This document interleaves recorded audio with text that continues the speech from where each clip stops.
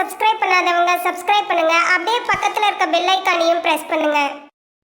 இந்த மேஷ ராசியை நம்ம எடுத்துக்கிட்டோம் அப்படின்னா எதிலும் அதிவேகமாக செயல்படக்கூடியவர்கள்.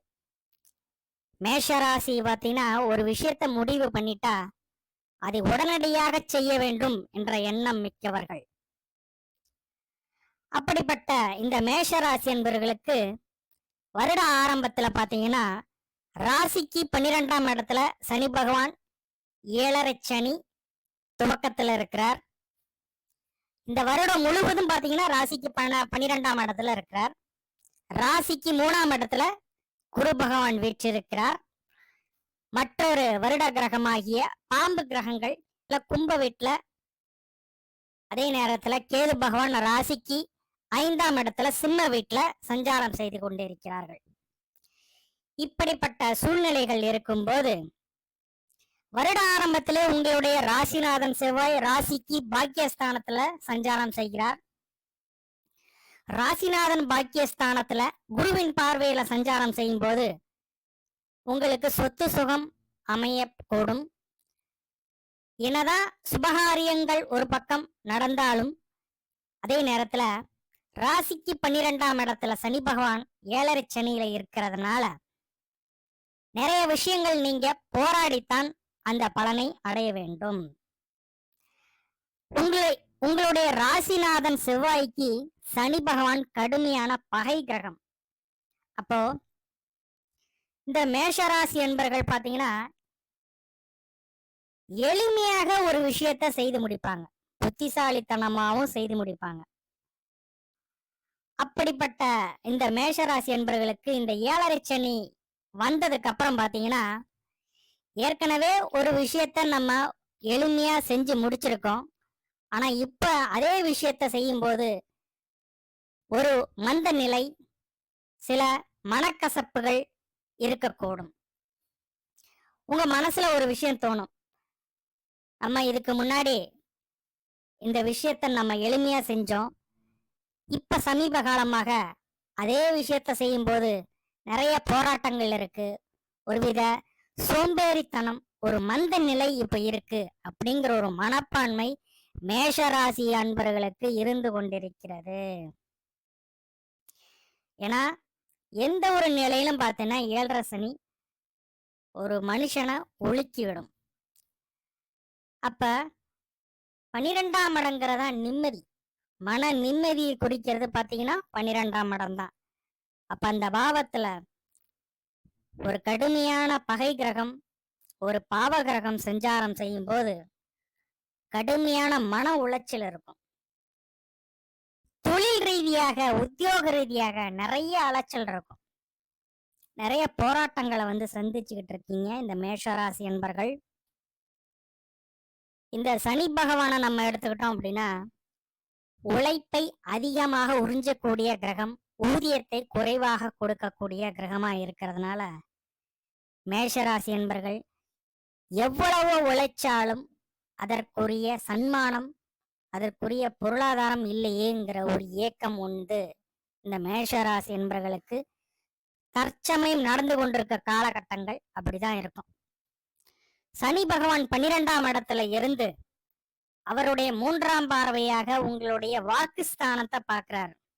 இயல்பாகவே மேஷராசி என்பர்கள் கொஞ்சம் கோபமாக பேசக்கூடிய அன்பர்கள். கோபம் வந்துச்சுன்னா சட்டுன்னு மற்றவங்களை திட்டிடுவாங்க. அப்படிப்பட்ட சூழ்நிலை இருக்கும்போது இந்த சனி பகவான் உங்களுடைய கோபமான பேச்சு மற்றவர்களை அதிகமாக காயப்படுத்தும். அப்போ உங்களை சுத்தி இருப்பவங்கள, சிலரை, நம்பிக்கைக்கு உரியவர்களை பகைவர்களாக மாற்றும், தேவையில்லாத தர்ம சங்கடங்களை உருவாக்கும். அப்ப முதல்ல நீங்க செய்ய வேண்டியது உங்களது கோபமான பேச்சை குறைத்துக் கொள்ளுங்கள். சனி பகவானுடைய பார்வை 12ஆம் இடத்திலிருந்து 6ஆம் இடத்திற்கு விழுகிறது. அப்ப 6ஆம் இடங்கிறது சத்துருஸ்தானம் இல்லையா, பகை உருவாகும். புதன் வீட்டையே பார்க்கிறார், டாக்குமெண்ட் சம்பந்தப்பட்ட பிரச்சனைகள் உருவாகும். வேலை செய்யற இடத்துல உங்களுக்கு உதவக்கூடிய நண்பர்களே உங்களை காயப்படுத்துவார்கள். சொந்த தொழில், பார்ட்னர்ஷிப் சம்பந்தப்பட்ட தொழில்கள் இந்த நேரத்துல துவங்க கூடாது. தேவையில்லாத மனக்கசப்பு உண்டு. எப்பவுமே 7.5 சனி வந்துச்சுன்னா ஏற்கனவே இருக்கக்கூடிய விஷயங்களை நீங்க செய்ய வேண்டும். புதிதாக ஒரு விஷயத்தை உருவாக்க கூடாது. புதன் வீட்டே பார்க்கிறார். பழைய நண்பர்களால் ஆதாயம் இல்லை. ஏதோ ஒரு நண்பர்கள் சொல்லிட்டார், அதுல நான் புதுசா இன்வெஸ்ட்மெண்ட் பண்ணினேன் அப்படிங்கிற ஒரு விஷயத்த கண்டிப்பாக செய்யக்கூடாது. அப்போ 6ஆம் பாவத்தை சனி பகவான் 12ஆம் வீட்டுல இருந்து பாக்குறதுனால உத்தியோகத்துல சின்ன சின்னதாக அவமானங்கள் வரத்தான் செய்யும். அப்ப அந்த அவமானத்தை எல்லாம் தாங்கி நீங்க உங்களது உழைப்பின் மீது கவனத்தை செலுத்துங்கள். கண்டிப்பாக ஒரு நாள் நல்ல மாற்றம் வரும். அப்போ ராசிக்கு 12ஆம் இடத்துல இருந்து உங்களோடது 9ஆம் வீட்டை 10ஆம் பார்வையாக சனி பகவான் பார்வை செய்கிறார். ராசிக்கு 9ஆம் இடத்தை சனி பார்க்கறதுனால தந்தையால் மனக்கசப்பு உண்டு. தந்தையோட உதவி தக்க நேரத்துல கிடைக்காமல் போகக்கூடிய அமைப்புகள் உண்டு. 9ஆம் இடத்திற்கு சனி தொடர்பு இருக்கிறதுனால தந்தை வழி உறவு அவங்களால் நிறைய மனக்கசப்புகள் உண்டு. இப்ப அனைத்து விஷயங்களும் பாத்தீங்கன்னா இந்த வருட ஆரம்பத்துல கடுமையான நெருக்கடியான சூழ்நிலைகள் ஒரு பக்கம் இருந்தாலும் குரு பகவான் உங்களது ராசிக்கு 4ஆம் இடத்திற்கு, அதாவது ஜூன் மாசம் முதல் வாரத்துல 4ஆம் இடத்துக்கு பயிற்சி ஆவார். அதாவது மிதுன வீட்டுல இருந்து கடக வீட்டுக்கு உச்சம் பெற்ற நிலையிலிருந்து நட்பலனை தரப்போகிறார். இப்போ ஒரு பக்கம் சனி 7.5 சனியோட நெருக்கடி ஒரு பக்கம் இருந்து கொண்டு இருந்தாலும் இந்த குரு பகவான் பாத்தீங்கன்னா குரு பயிற்சி வந்ததுக்கு அப்புறம் படிப்படியான முன்னேற்றம் உண்டு. உத்தியோகத்துல அதுவரை இருந்த அந்த ப்ரொமோஷன் தேக்க நிலை அனைத்தும் பாத்தீங்கன்னா சரியாக போகிறது. ஏன்னா உச்சம் பெற்ற நிலையிலிருந்து 12ஆம் இடத்திற்கு ஏற்கனவே அந்த இடத்துல சனி பகவான் சஞ்சரித்து கொண்டிருக்கிறார். அப்ப குருவாத்த சனியாக அந்த இடத்துல நட்பலன்களை தரவிருக்கிறார். அப்போ தன் வீட்டையே குரு பார்க்கிறார். இடம் பெயர்வதால் யோகம் உண்டு. 4ஆம் இடத்துக்கு குரு பகவான் பயிற்சியானதுக்கு அப்புறம் பாத்தீங்கன்னா சொத்து சுகங்கள் வாங்கக்கூடிய அமைப்புகள் உண்டு. புதிய வண்டி வாகனங்கள் அமையக்கூடும். அவருடைய 7ஆம் பார்வையாக ராசிக்கு 10ஆம் வீட்டை பார்வை செய்கிறார். பதவி உயர்வு கிடைக்கும். 7.5 சனில பாத்தீங்கன்னா எல்லா நேரமும் நெருக்கடியான சூழ்நிலைகள், கஷ்டமான சூழ்நிலைகள் இருக்காது. அதை சரி செய்யவே இந்த குரு பகவான் வருகிறார். குரு வந்ததுக்கு அப்புறம் பாத்தீங்கன்னா இது அனைத்தும் உங்களுக்கு நிவர்த்தியாகும்.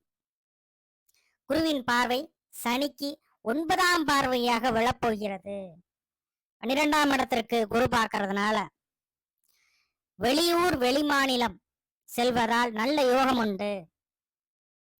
அதே நேரத்துல புதிய முதலீடுகளை உங்களது சக்திக்கு ஏற்றவாறு 2026 ஜூன் மாசத்துக்கு அப்புறம் பாத்தீங்கன்னா நீங்கள் படிப்படியாக செய்து கொள்ளலாம். நீண்ட நாட்களாக நான் வேலை தேடிட்டு இருக்கேன், எனக்கு வேலை எதுவும் கிடைக்கல சார். இந்த குரு பகவானுடைய பயிற்சி வந்ததுக்கு அப்புறம் பாத்தீங்கன்னா உங்களுக்கு வேலை இல்லாதவர்களுக்கு கண்டிப்பாக வேலை வாய்ப்புகள் நிச்சயமாக அமையும். ஏன்னா 10ஆம் இடத்தை குரு பார்க்கிறார். அப்ப தொழில் ஸ்தானத்தை குரு பார்க்கறதுனால பொருளாதாரத்தை கண்டிப்பாக கையில கொடுத்தாகணும். அதே நேரத்துல இந்த இடத்துல ராகு கேதோடைய நிலைப்பாடு நம்ம எடுத்துக்கிட்டோம் அப்படின்னா ராசிக்கு 11ஆம் இடத்துல ராகு பகவான் வீற்றிருக்கிறார். லாபஸ்தானத்துல பாவகிரகங்கள் சஞ்சாரம் செய்வது நிச்சயமாக நட்பலன் உண்டு. ராகுவின் காரக தொழில் செய்வோருக்கு கண்டிப்பாக வெற்றி உண்டு. 2ஆம் திருமணம், அதாவது ஏற்கனவே எனக்கு டைவர்ஸ் ஆனவர்களுக்கு 2ஆம் திருமணம் நடக்காம தாமதமாகி கொண்டிருப்பவர்களுக்கு அவர்களுக்கு திருமண அமைப்புகள் நிச்சயமாக உண்டு. 5ஆம் இடத்துல ராசிக்கு 5ஆம் இடத்துல கேது பகவான் சஞ்சாரம் செய்து கொண்டிருக்கிறார். இந்த 2026ல ராகு கேது பயிற்சி உங்களுக்கு அதாவது இல்லை. ஆனால் 2026 டிசம்பர் கடைசியில தான் உங்களுக்கு ராகு கேது பயிற்சி நிகழவிருக்கிறது. அப்ப 5ஆம் இடத்துல கேது பகவான் இருக்கிறதுனால எல்லாம் இருந்தும் ஏதோ ஒரு மனக்கசப்பு கண்டிப்பாக இருக்கும். ஒரு ஒரு விதமான விரக்தின்னு சொல்லலாம். ஏன்னா 5ஆம் இடம் தான் ஆழ் மனசு. அந்த விரக்தி போக்கு இப்பவும் உங்களுக்கு நடந்து கொண்டுதான் இருக்கிறது. 2026லும் அது தொடரும். அதே நேரத்துல குழந்தை இல்லாதவர்களுக்கு ட்ரீட்மெண்ட் மூலமாக குழந்தை பேரு கிடைக்கும். 5ஆம் இடம் குலதெய்வத்தை குறிக்கும். குலதெய்வ வழிபாடு ஏதேனும் வேண்டுதல் இருந்துச்சு அப்படின்னா, அந்த இப்ப நடக்கக்கூடிய காலகட்டத்துல கேது இருக்கிறதுனால அந்த வேண்டுதலை உடனடியாக நிறைவேற்றுங்கள். குலதெய்வ அனுகிரகம் உங்களுக்கு கண்டிப்பாக உண்டு. அதே நேரத்துல குருவின் நிலைப்பாடு ஒரு ஜூன் மாசத்துக்கு அப்புறம் பாத்தீங்கன்னா, குரு பெயர்ச்சிக்கு அப்புறம் உங்களுக்கு படிப்படியான வளர்ச்சி உண்டு. இந்த 7.5 சனியோட தாக்கம் முதல் 6 மாசத்துக்கு அப்புறம் பாத்தீங்கன்னா படிப்படியாக குறையும். இந்த 2026ல வழிபாடுகள், மேஷராசி என்பவர்களுக்கு வழிபாடுகள் நம்ம எடுத்துக்கிட்டோம் அப்படின்னா, மதுரையில இருக்க மீனாட்சி அம்மனை தொடர்ச்சியாக வழிபாடு செய்யுங்கள். கண்டிப்பாக உங்களுக்கு நல்ல மாற்றம் உண்டு. மீண்டும் அடுத்த பதிவில் உங்களை சந்திக்கிறேன். நன்றி, வணக்கம். மேலும் தகவலுக்கு எங்க சேனலை மறக்காம சப்ஸ்கிரைப் பண்ணுங்க. நன்றி.